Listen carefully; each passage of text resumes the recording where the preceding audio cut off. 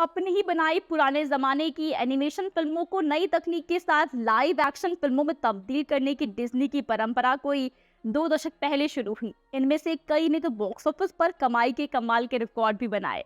Frozen 2 और उससे पहले द लॉयन किंग की कमाई इतनी शानदार रही कि इनके आगे पीछे बनी तमाम लाइव एक्शन फिल्मों का हिसाब किताब इन्होंने मुनाफे में ही बनाए रखा।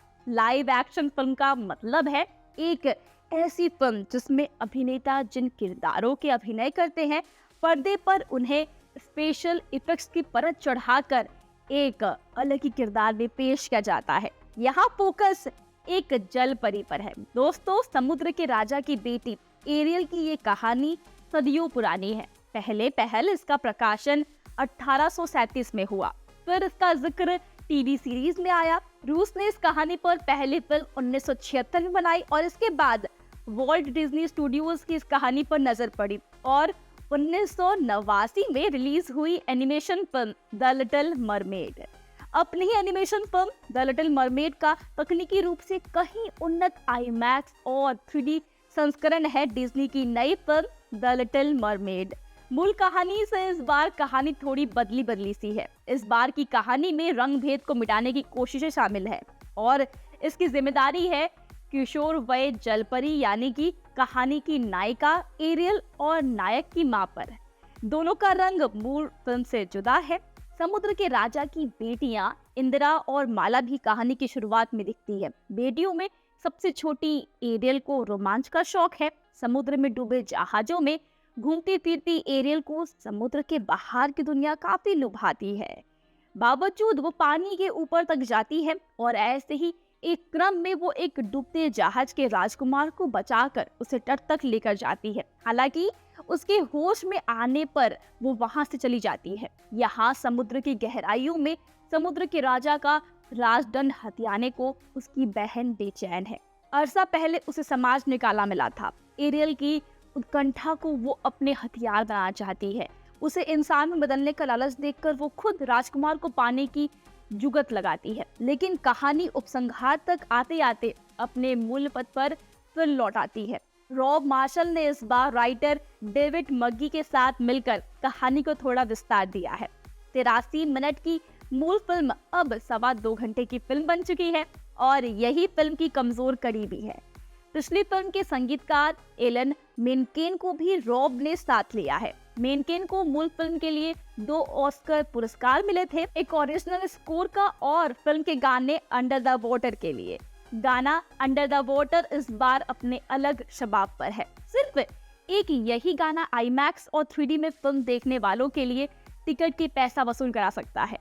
समंदर के अंदर की इतनी खूबसूरत और रंगीन दुनिया बड़े पर्दे पर शायद ही इसके पहले कहीं देखी गई हो। लेकिन फिल्म द लिटिल मरमेड अपनी इन खामियों के बावजूद गर्मी की छुट्टियों में बच्चों के साथ फिल्म देखने का एक बिल्कुल सही मौका है। बच्चों को ये फिल्म खास तौर से पसंद आएगी। सांवली जलपरी देखना बच्चों के लिए एक नया एहसास भी होगा, लेकिन ये बदलते दौर के जरूरी सबक भी है नई सदी के बच्चों के लिए। एरियल का रोल निभा रही गायिका हैली बेली मूल रूप से गायिका ही है। उनका किसी फिल्म में ये पहला लीड रोल है और वो मानती भी है कि अश्वेत लोगों को मुख्य धारा में जोड़ने का ये एक साहस भरा कदम है। उनकी आवाज में एक कशिश है और जब भी उनकी आवाज में फिल्म का गाना पार्ट ऑफ योर वर्ल्ड बजता है ना, तो एक किशोरी के मन की इच्छाएं, उत्कंठाएं और आकांक्षाएं सब वो अपनी आवाज और चेहरे के भावों के सामंजस्य से बहुत ही दमदार तरीके से पर्दे पर पेश करने में सफल रहती है। जलपरी के तीनों दोस्त भी बहुत मस्त है। जलमुर्गी की आवाज दे रही आक्वाफीना ने इस किरदार को जीवंत बनाए रखने में आखिरी सीन तक कमाल की कोशिश की है। स्कटल नाम की एक जलमुर्गी कहानी का अहम हिस्सा है। फ्लाउंडर को आवाज दी है जैकब ट्रेम्बले ने और राजा के विश्वस्त सलाहकार से जलपरी की चौकीदारी की ड्यूटी पाने वाले केकड़े सेबस्टन की आवाज बने हैं डेबी डिक्स। इस चौकड़ी का असली कमाल फिल्म के क्लाइमैक्स में दर्शनीय भी है और मनोरंजक भी है। फिल्म जो कि 21वीं सदी की पहली चौथाई में बनी है, लिहाजा लाइव एनिमेशन की सारी तकनीक यहाँ मौजूद है। समुद्री तूफान में हरहराती लहरें डराती है, समंदर की गहराई में शार्क के आक्रमण के दृश्य सिहरन पैदा करते हैं और राजा की बहन के रूप में जादूगरनी उर्सला के षड्यंत्र पर उस लोक कथा की याद दिलाते हैं, जिनमें खूबसूरत राजकुमारी पर किसी डायन का साया मंडराता रहता है। फिल्म द लिटिल मरमेड को सिर्फ मनोरंजन के लिहाज से देखने जाएंगे तो फिल्म अच्छी है। फिल्म के स्पेशल इफेक्ट्स कमाल के हैं।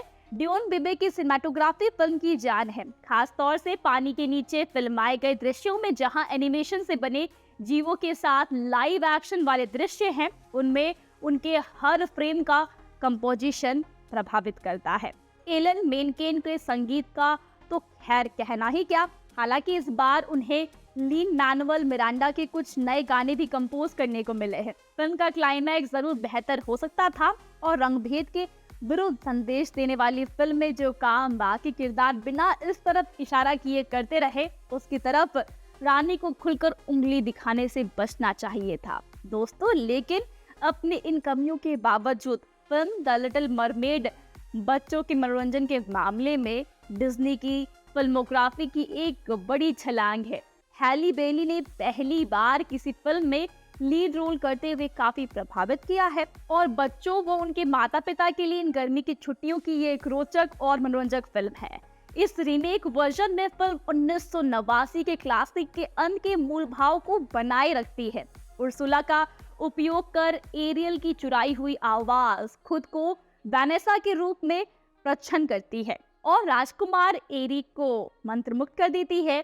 एरियल अब धोखे से वाकिफ है। सूरज ढलने से पहले उर्सुला की असली पहचान उजागर करने के लिए समय के खिलाफ दौड़ता है।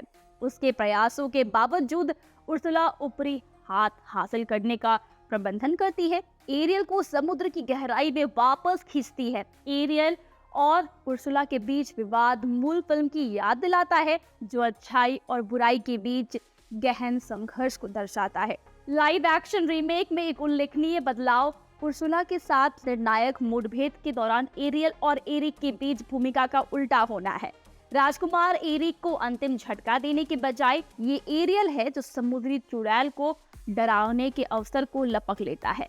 राजा ट्राइटन के त्रिशूल से सशक्त उर्सुला अराजकता और उथल पुथल पैदा करते हुए एक दुर्जय समुद्री राक्षस में बदल जाती है। हालांकि एरियल ने उर्सुला को थोपने और उसके खलनायक शासन को समाप्त करने के लिए अपने धनुष का उपयोग करते हुए बड़ी ही चालाकी से एक जहाज पर नियंत्रण कर लिया।